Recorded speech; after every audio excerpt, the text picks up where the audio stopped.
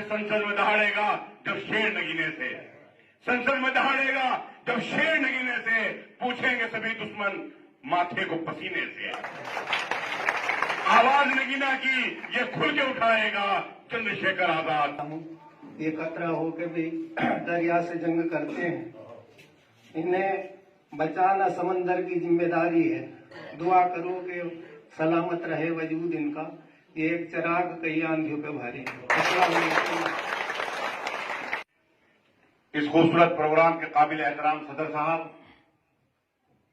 Stage पर मौजूद हमारे नेता, मजलूम और गरीब की आवाज, सबके लिए संघर्ष करने वाले,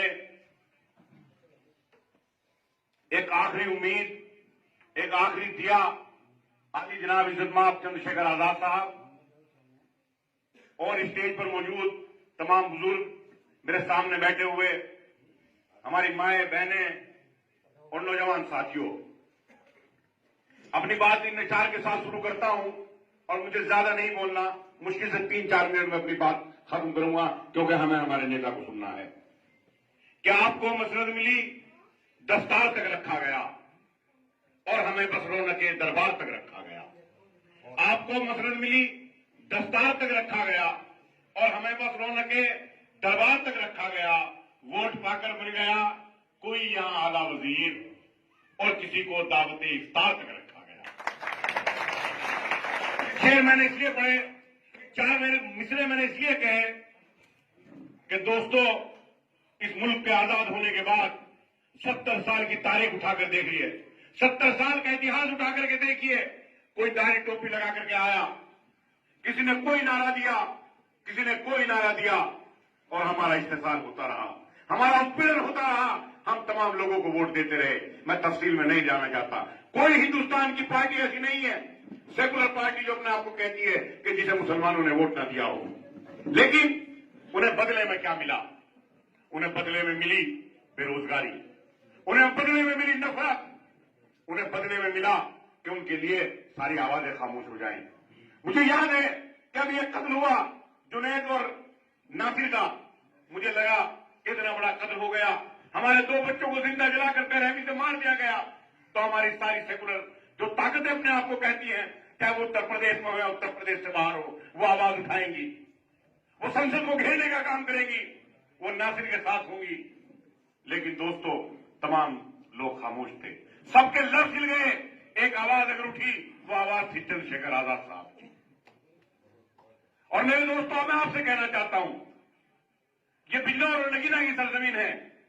इस सरजमीन ने बड़े बड़े नेता पैदा किए, बड़े बड़े शायर पैदा किए, बड़े बड़े क्रांतिकारी लोग पैदा किए, जंग आजादी की लड़ाई में अहम योगदान किया, और आज फिर संविधान को बचाने की लड़ाई है। अगर मुसलमान बंटवारे के अंदर यहां रुका था, तो ना गांधी के कहने पर रुका था, ना नेहरू साहब के कहने पर रुका था, ना मौलाना अबुल कलाम आजाद साहब के कहने पर रुका था। वो अगर रुका था हिंदुस्तान के अंदर, तो एक किताब को देखकर रुका था, और वो किताब भी अम्बेडकर साहब के हाथ में। उस किताब का नाम था भारत का संविधान। उसके अंदर लिखा था कि एक किताब तुम्हें आजादी देगी, तुम्हारे खानकाहों की हिफाजत की, तुम्हारी मस्जिदों की हिफाजत की, तुम्हें नमाज पढ़ने की आजादी इस किताब के अंदर लिखी हुई है। ये बाबा साहब ने किताब लिखी थी, वो संविधान थी। आज उसी संविधान को बचाने का वक्त है। अगर इस चुनाव के अंदर आपने अपना वोट खराब कर दिया और फिर दोबारा भारतीय जनता पार्टी आ गई, तो मेरे दोस्तों, वो संविधान नहीं बचेगा। आप अगला चुनाव नहीं देख पाओगे। और मैं तो कहना चाहता हूं, और प्रत्याशी भी चुनाव लड़ रहे हैं, मैं तफसील में नहीं जाना चाहता, तोड़ लेना। अगर उनके अंदर ये दम हो कि वो मोदी की आंख से आंख मिलाकर बात करने का उनके अंदर दम हो, तो वोट उन्हें दे देना, नहीं तो अपना वोट खराब मत करना मेरे दोस्तों। ये इलेक्शन साफ हो चुका है। अभी कोई गठबंधन की बात कर रहा था, मैंने कहा हमारा गठबंधन तो जनता के साथ है। वोट हमारा, वोट हम डालेंगे, सब हमारे गिने जाएंगे, और सौदेबाजी लखनऊ और दिल्ली में बैठे हुए लोग करेंगे। ये नहीं हो सकता। वोट हमारा है, हमारा अधिकार है कि हमें किसे वोट देना है। और मेरे दोस्तों, सबको तकलीफ इस बात की है कि अगर चंद्रशेखर आजाद साहब यहां से सांसद बन गए, ये अगर संसद में चले गए, तो उसके बाद ये उत्तर प्रदेश के अगले मुख्यमंत्री होंगे। आपको बताना चाहता हूं मेरे दोस्तों, ये छोटी बात नहीं है। ये आप एक सांसद भी बना रहे हैं, आप एक मुख्यमंत्री भी बना रहे हैं, और जो संविधान के अंदर लिखा हुआ है, तो मेरे दोस्तों, ये रास्ता दिल्ली की प्रधानमंत्री की कुर्सी तक जाता है। तो इसलिए मैं कहता हूं, आपके ये वोट आप नहीं डालेंगे, आप केतली का बटन नहीं दबाएंगे, आप अपनी नस्लों का मुस्तकबिल संवारेंगे। अगर आपने गलती कर दी, ये सैकड़ों साल तक हमें नुकसान का सामना होगा। मेरे दोस्तों, मैं सिर्फ इतना ही कह सकता हूं। आखिर में मैंने गाना में भी लिखा था कि संसद में दहाड़ेगा जब शेर नगीने से, संसद में दहाड़ेगा जब शेर नगीने से, पूछेंगे सभी दुश्मन माथे को पसीने से। आवाज नगीना की ये खुल के उठाएगा, चंद्रशेखर आजाद अब संसद में जाएगा, संसद में जाएगा। और जाते हैं हमारे बाद में आते हैं, बाद ऐसा नेता होता आते ही नहीं लौट के, जो जीत गया।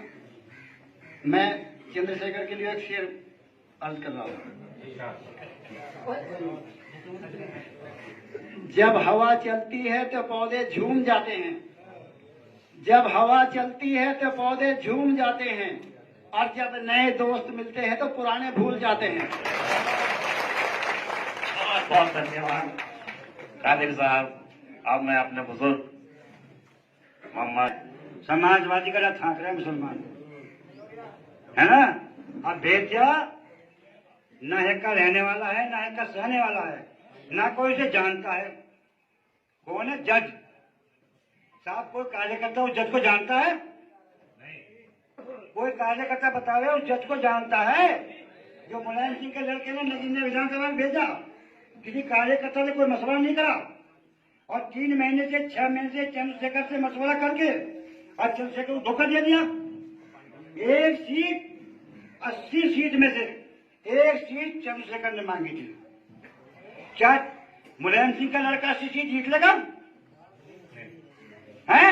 एक सीट भिखारी के रूप में मांग रहे थे हम लोग कि एक सीट चंद्रशेखर को दे दो। क्या 80 सीटों पर चुनाव लड़ेगा? मुसलमान बिकावा है इसका। बस जज को भेज दिया कि जाओ समाजवादी का और तुम्हें मिल जाएगा, और बस अपना था के बक्सा थाम लिया वहां और यहाँ भेज दिया। मुसलमान को खराब कर दिया अखिलेश यादव ने। कहाँ है तुम्हारा आजम खां? एक बार भी आजम खां कोई पास नहीं गया, कोई आंदोलन करा, जेल गया? श्रीपाल रामगोपाल बस वहीं अपने कमरे में कूदे और खेले, मौज उड़ा रहे, समझे नहीं? और मुसलमान का नाम ले रखा कि मुसलमान मुझे वोट देगा। ये 5 विधानसभा थी, इन 5 विधानसभाओं में लौटिए रह क्या?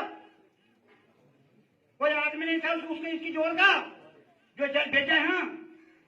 अरे कौन जज है? कितने कितने मंत्री बना के भेज दिए, कितने एमएलए बना के भेज दिए हमने। कोई नगीने के लिए कुछ लाया? एक सूत की फैक्ट्री पड़ी है 50 साल से बंद हुई नगीने में है, उसके लिए तो 1 रुपया लाया नहीं आज तक।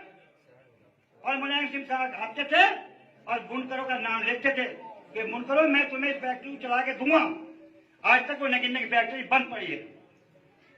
भाई मुसलमान को अखिलेश यादव खराब न करे, मुसलमान की मर्जी है। नगीना विधानसभा और नजीबाबाद विधानसभा, धामपुर, ये 5 विधानसभा आती है। उसका 1 मेंबर बनाना है हमें, उसे 1 मेंबर बनाना है हमें। हमें क्यों खराब कर रहे हैं बार बार मुसलमान का नाम लेके? अरे कोई मुसलमान का कोई वो है क्या? अखिलेश यादव जी हिंदू है, और भी हिंदू है। अरे भाई समाजवादी को कोई वो है क्या चैन? अब चंद्रशेखर आ गए हैं यहाँ, नए दौर के लड़के हैं, बोलने वाले हैं, हौसला है। भाई देखो नगीने विधानसभा के लोगों और नजीबाबाद की विधानसभा के लोगों, तुम्हें कसम है चंद्रशेखर को निकालो। चंद्रशेखर तुम्हारी आवाज बन के 70 साल से मैं मुलायम सिंह के रहनुमा कर दिया। 70 साल की उम्र हो गई। बताओ हमने कहीं मुलायम सिंह से सिवा कहीं वोट दिया आज तक? नहीं देते हम। मर्जी हमारी जोड़ का आदमी आ गया, संसद में बोलने वाला आ गया, आवाज को उठाने वाला आ गया, हर जगह जाता है। बताओ कहां नहीं गया चंद्रशेखर? गली गली पूछो पूछो, खलियानों से गुजर रहा है, रात दिन इसके पैर सूझ गए हैं। और वो जज भेज दिया, अरे वहीं बैठा बैठा ले ले, दिखे वाला क्या जीतेगा आपके जज? हम भी यही हैं। मुलायम सिंह का लड़का जिता के दिखाए। हम जब जाने नगीना विधानसभा पे मैं से कह जाऊं, उस पर लगा दो यहाँ पे करो। अरे पुलिस का गिर में है क्या हम हैं? 50 साल हो गए हमें, कोई लगता है नहीं। खून की मील से गोपालपुर तक सड़क जद हो रही, पहले गेट से दूसरे गेट में नहीं चल रहे रात में हैं? बताओ किसने कुछ कराया तक? चंद्रशेखर आ गया है, मेहनत कर लिया, जमीनी लड़ाई लड़ लिया है, गली कुचियों में घूम लिया है, घर घर जा लिया है, भैया अपना दांत फैला के उठ गया। इंशाल्लाह कामयाब होगा, कामयाब होगा। आज खोलो, मुसलमानों बदल दो, विधानसभा के लोगों बदल दो, तुम्हें हाँ इंशाल्लाह बदलेगा, इंशाल्लाह अल्लाह चाहो। हमारे बुजुर्ग की आपने फीलिंग को समझा, वो क्या कहना चाह रहे हैं उनके शब्दों में ही पता था। अब मैं ज्यादा समय न लेते हुए अपने रहबर बड़े भाई एडवोकेट चंद्रशेखर आजाद जी को, जिनके सुनने के लिए आप बेताब थे, वो आमंत्रित कर रहे हैं। बहुत धन्यवाद देवेंद्र भाई। यहाँ उपस्थित इस मंच पर इस गांव के और मेरे साथ चल के आए सभी जिम्मेदार लोग और मेरे सामने बैठे इस गांव के और इस क्षेत्र के सभी जिम्मेदार लोगों, जैसा भी हूं आपके सामने हूं। 4 बार माफी मांग लूंगा, लेकिन जब मैं गलत नहीं हूं तो फिर मैं ऊपर वाले डर कह रहा हूं, फिर मुझे कोई रोक नहीं सकता है। मैं अपने किरदार में शामिल किया है। मैं यहाँ आया, मैंने आप सबको सुना, आपका दिल इस बात की गवाही दे रहा है कि यहाँ क्या चल रहा है। मैं यहाँ की नहीं कह रहा हूँ, आप अपने आप बताओ। 10 दिन पहले दिल्ली में कुछ हुआ, सजदा कर रहे, नमाज पढ़ रहे भाइयों को लात मारी गई। वो लात नहीं थी, वो एक आईना था आने वाले कल का, कि जिस तरह से भाजपा के लोग कह रहे हैं कि संविधान बदल देंगे, अगर ये संविधान नहीं रहेगा तो हमारी धार्मिक सामाजिक आजादी भी चली जाए। तो जब वो संविधान को बदलने के लिए लड़ रहे हैं तो हमें भी संविधान को बचाने के लिए लड़ना चाहिए। मैं किसी को गलत नहीं कहता, उन्होंने जो किया बहुत